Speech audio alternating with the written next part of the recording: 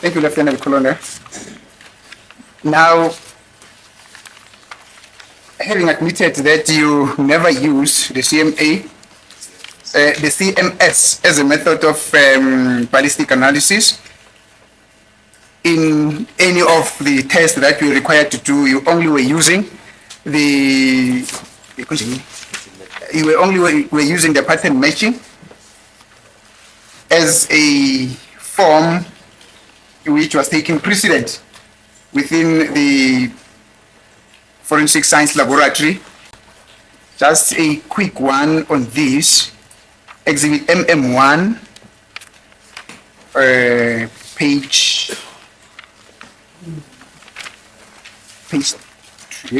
3 of exhibit MM1.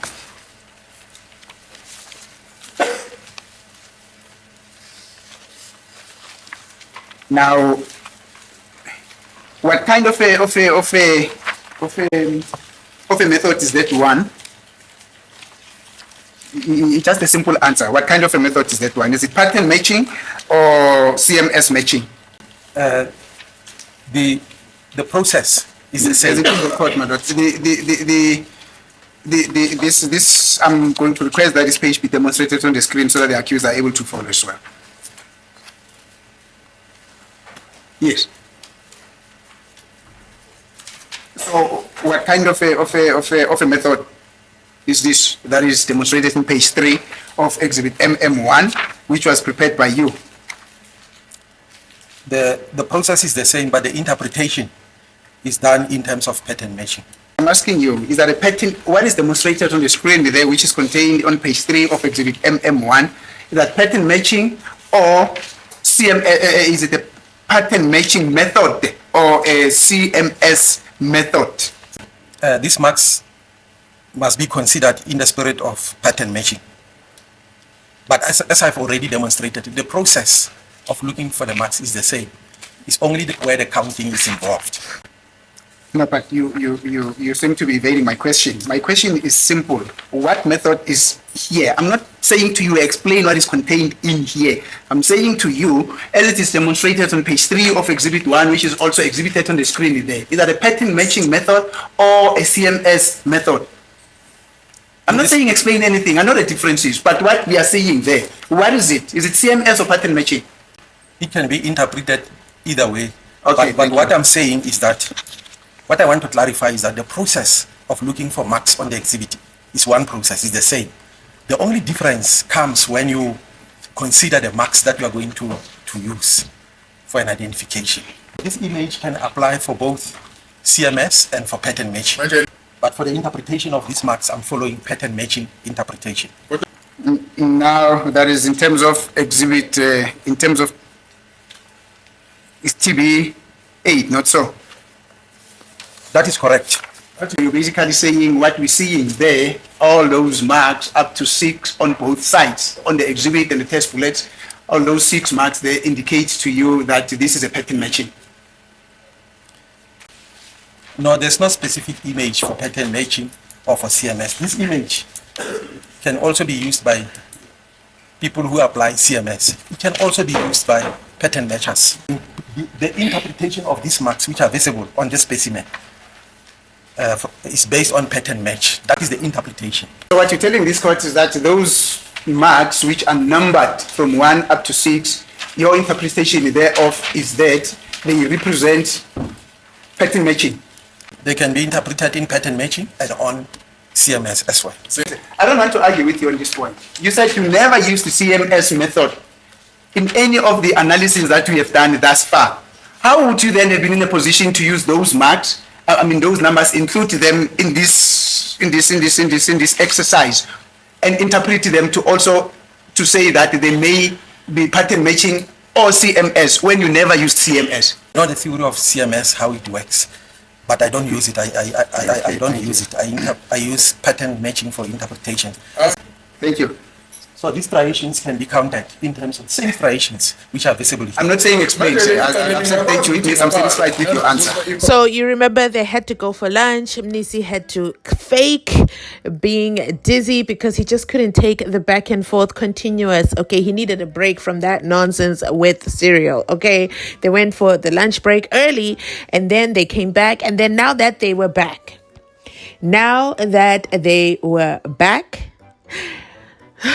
Serial couldn't answer the basic question. It was such a simple question. And Mnisi even led with, I don't need an explanation. Is it CMS, okay, or is it pattern matching method? Pattern matching method, which one is it? And Serial just kept going back and forth with the explanations. In the end, Mnisi is like, listen, you seem to be evading my question. Is it CMS or pattern matching? And I'm not saying explain anything. I think they did this in 4 different sets. And then finally, Mnisi says, this is exhibit TB8. All the marks indicate that this is pattern matching. Yes or no? Serial says, yes. And then Mnisi says, how do you know? You don't even use...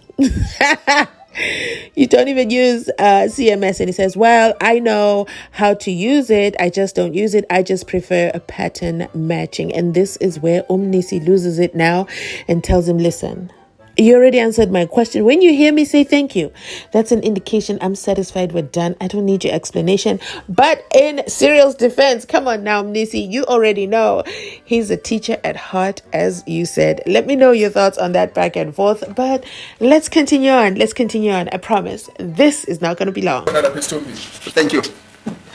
I'm going to put it to you, sir.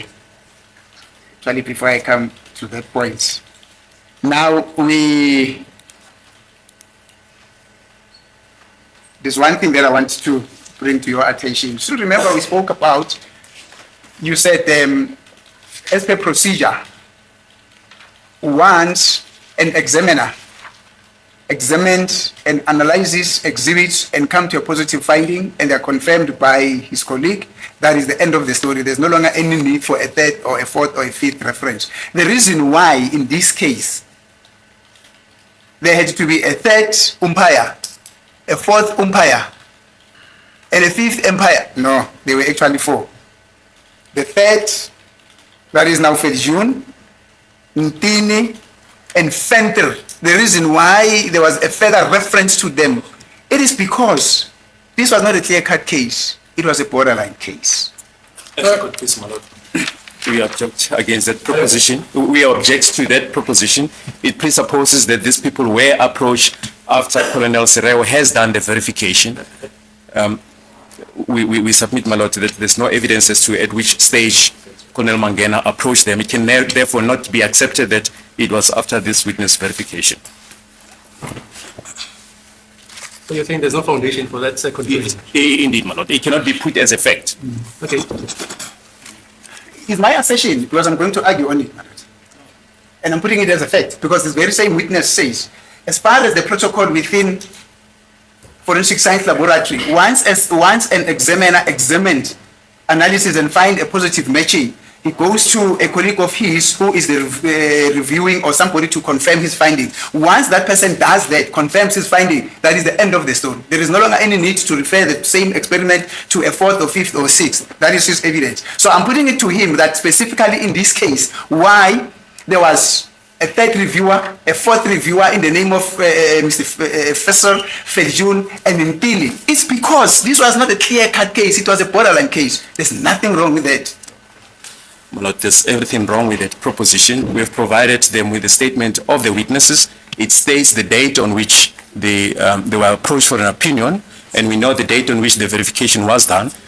My learned friend can therefore not put that proposition when he's sitting with an affidavit that states when they were approached. When they were approached? For an opinion. Yeah. On the 22nd of July. 2nd of July, right? 22nd. 22nd of July. Yes, 22nd of July 2020, and this witness... 2020, right? 2020. And this witness has said he did the verification on the 23rd. This witness did the verification on the 23rd? Yes. Of July. I don't mean to be problematic, but Valoi, Mnisi's learned friend... Wait, you guys, did you notice that when it's the lawyers, they call each other learned friends, but when it's the judges, they call each other my brother? My sister. Anyway, fun fact I wanted to share, but let's get back to what Baloyi is making noise about, and noise it is.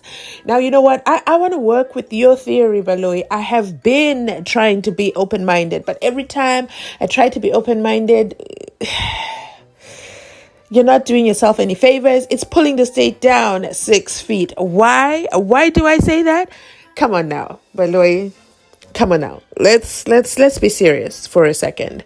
So Cyril came to court and gave his affidavit, which told us that he did the work on the 23rd of July 2020. Okay? And then, but that affidavit was commissioned November 2023. Okay. You know what? Strike one. I'll pretend I didn't see that it was commissioned last year.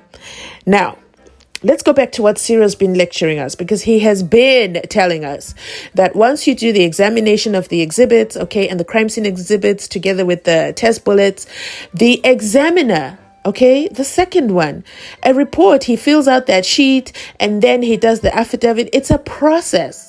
Yeah, we know they don't follow processes and procedures over there, but let's just pretend what Cyril is saying is fact, that he did that and then he did the sheet, and once it's done, you just need one person verification. Him and Mangena are in agreement. This is the bullet, okay, and this is the firearm. They are married, and that is it. That's it. And Cyril says you don't need to go to nobody else. We are married. It's the end of the show.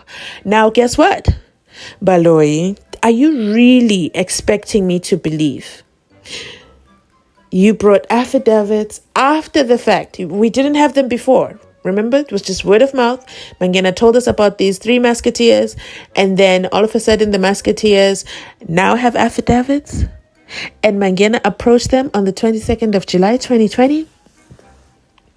I'm going to go on record and say I don't believe you. Okay, now back to Mnisi. Yes, Mnisi, you go right ahead and you put that argument, okay, that your assertion, that one I believe and I can flow with it, that you know what, it was not a clear-cut case, except it was a borderline case. You continue with that, Mnisi. I'm with you. I'm behind you. Let me know in the comment section down below if you think it was a clear-cut case or Mnisi Wemvula is onto something. Let's continue. Okay. Yes, it is the court, my lord. My assertion is it doesn't matter the sequence. Whether they were approached before this witness, whether they were approached after this witness, for the fact that there were 4 that were actually requested to go through this exhibit, when this witness has said it in no uncertain terms that 2 is enough where there's a positive match. My assertion, therefore, is this was not a clear-cut case. It was a borderline case, which is, that simply meant that Mr. Mangena was saying, you know what, I'm not sure here. Let me go to the 3rd one. He still could not assure himself that his findings were certain. Then he went to a 4th one. He went to June. He said, no, I'm not sure. He went to Fesser. He said, no, I can still not say this. And then he went to Ntini. Fine. Yes, that is my assertion. And the reason why he did that, because this was not a clear-cut case. It was a borderline case. Now, fine. I hear the assertion. You're entitled to put it. Yes. But Mangena's evidence is that they agreed with me. Yes. Yes. In terms of the results, yes. And they agreed with me. And Yes. then this other piece of evidence is I'm 100% certain. My lord, That's Mangena's evidence. No, you can argue whatever you want to argue. Yes. But in this court, that's what Mangena said. I don't dispute that, my lord. Mangena said, yes, I find a positive match. I took it to Mr. Serrero. He agreed with me. And Mr. Serrero's, Lieutenant Colonel Serrero says, where there's a positive match, is the examiner who must pen an affidavit and the affirmer of his results, who is me. Beyond that, there should not be anything. Now, I am saying, for the fact that Mr. Mangena went on to consult other 3 people or to confirm his positive results, that is an indication that this was not a clear-cut case. Okay, fine. No, It okay. was a difficult case. Yeah. Thank you, my lord. Finally, sir, let me put it to you. Then I've got no further questions to you. Thank you. There's any re-exam? This whole time I never said to Mnisi. This whole time I never said nimkhupha my battery. But at the very end, when we're all glued in and we're saying, okay, what is his next thing? He says, how could he do this to us when we're so glued? And he says, finally, sir, let me put it to you. I've got no further questions for you. Oh my goodness. Mic drop. Mnisi sits down, chuckles and laughter in the courtroom. Judge RATHA cannot resist too. And then he says, any re-examination? We all know Baloyi jumped up and down at that opportunity. Mr. I cannot wait for my re-examination. I'm going to disrupt the defense because I'm that disruptive person. But I have one bone to throw at Mangena. Okay. It's not all bad. So let me just throw this one bone at him. Let me know what you think.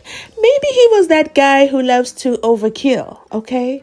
Maybe he loves to overpromise. Maybe he's that guy who shows off in the office because I'm the Oscar Pistorius famous dun ballistic expert. No? Let me find all these others because I just solved the Senzo Meyiwa trial. Senzo Meyiwa murder. Don't you guys think that's why he went and looked for the 3 Musketeers as well? I don't know. I'm just throwing that out there. But you know what? That is it from us today. Thanks so much for watching. Please remember to like, comment, and subscribe. This brings an end to the Mnisi Wemvula docu-series. Oh my God. And I'm actually sad to do this closing because it was highly entertaining. I might go back. You guys already know I already did a part 2B. I might go back and do additional B sections, okay? Because Mnisi's a character. He needs his own show. He needs a show that follows him to all the other courtrooms, okay? Because guess what? Which court was I in yesterday? The lady that was extradited from the US.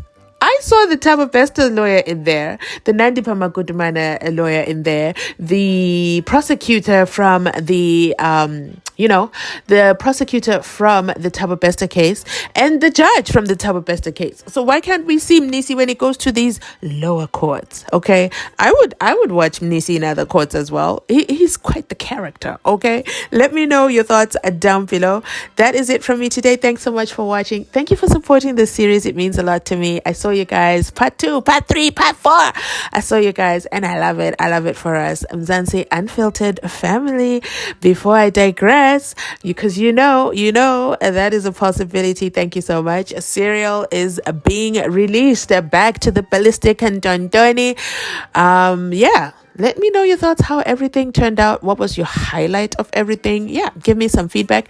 I will do like a comments video over the weekend, I think. Yeah, I think I'll do a comments reaction. There's about 3 comments that I owe to do videos for.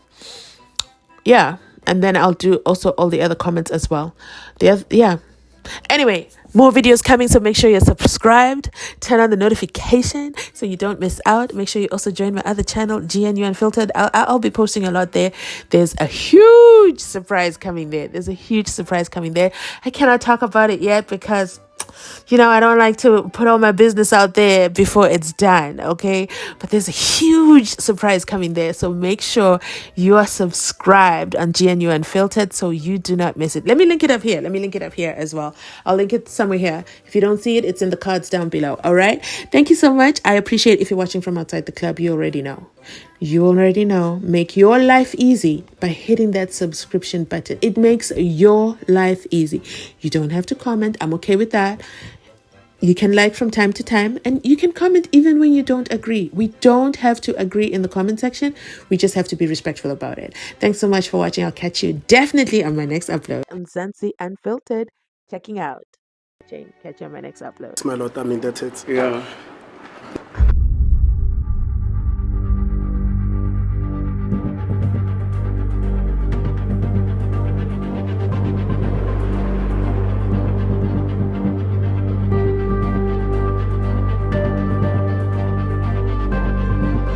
As the court pleases, my lord, I'm indebted. Yeah. If the grooves don't fit, acquit the 5 accused. Mnisi has done a fantastic job proving there was no match.